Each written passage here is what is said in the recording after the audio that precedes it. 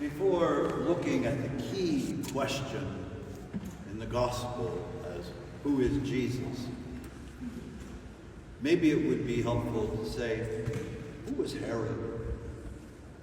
In those days, Herod, King Herod, was rounding up, persecuting, and he had killed James, the brother of John. And when he saw that that pleased people, let's get Peter, throw him into prison, and put him in chains, bring him to trial. We too want to kill him. The Herod we hear about in the gospel today is the grandson of the Herod who was king when Jesus was born. The king when Jesus was born was cruel enough. In fact, he wanted to stamp out the possibility of a Messiah when he slaughtered all those babies in Bethlehem. The grandson of King Herod brings cruelty to another level. He wanted to see people suffer. He wanted to see people die. And like his grandfather before him, he wanted to end this way of Jesus because the way of Jesus threatens the status quo. The way of Jesus threatens power. He wanted to be done with it. Herod was something of a puppet of Rome. We know that the emperors of Rome also picked up on this desire to cease this way of Jesus. But men like Peter and Paul, their passion for Jesus, their passion for the words and the teachings of Jesus was much stronger than the evil being brought into the world by the powers that be. They were not going to be stopped. Yes, they would be martyred, the blood of martyrs. Yes, they would die.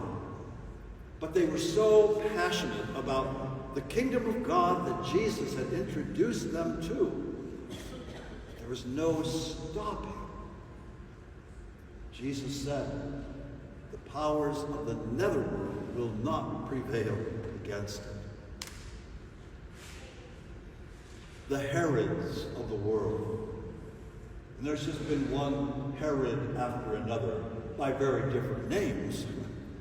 But the Herods of this world really do not appreciate us.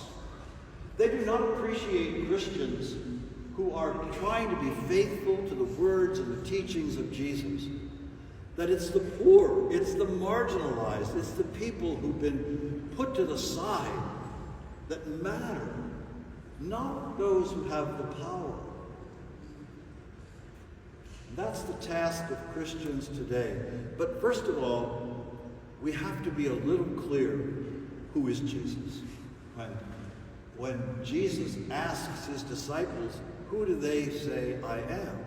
They were not clear. Some think you're John the Baptist. Some think you're Jeremiah. Some think you're Elijah come back. Or some prophet. But it's Peter, or at that moment, Simon, who says, you're the Christ, the Son of the living God. And for that response, Jesus calls him Peter, the rock. In Greek, the rock. And on the foundation of Peter and the other apostles, the church would grow and flourish despite the persecutions. And despite the persecutions today, the church endures. In Nicaragua, the bishop there spoke out against Ortega, the president, called out the injustice, called out the cruelty of that man, and for that he was imprisoned. It was angels, as it would be for Peter, people who pleaded and got him released, exiled from Nicaragua, never allowed to come back, exiled in Rome. But a bishop who spoke of what Jesus is about, And the powers that be, the Herod of the day, didn't want to hear that.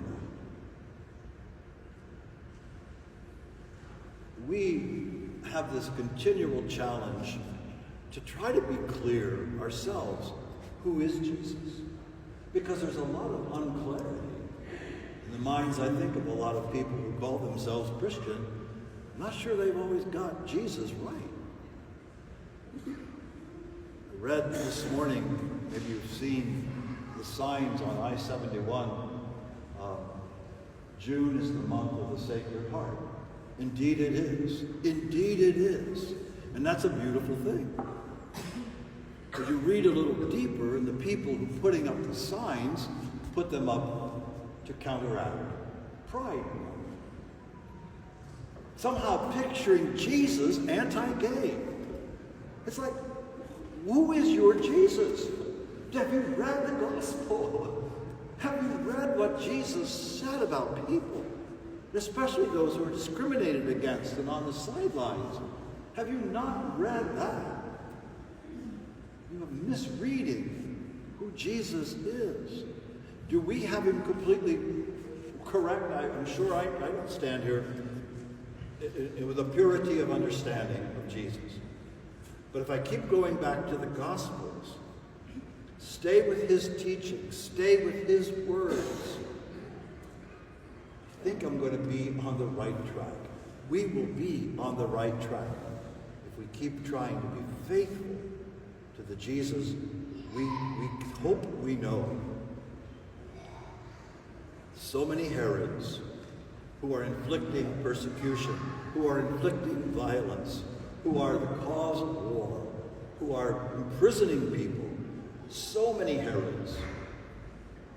And that's where it's so important that missionary disciples today, like ourselves, take up the zeal that we see in Peter and Paul and try to continue to proclaim the goodness of God, the goodness of the kingdom that Jesus wanted to introduce.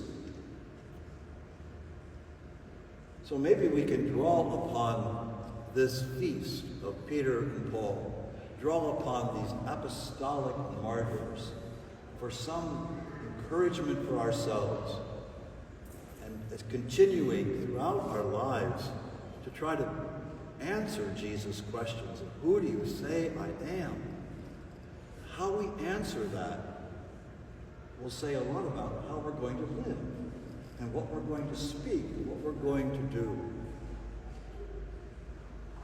Personally, I'm really happy that June 29th falls on a Sunday, so we get to celebrate the solemnity as a broader church.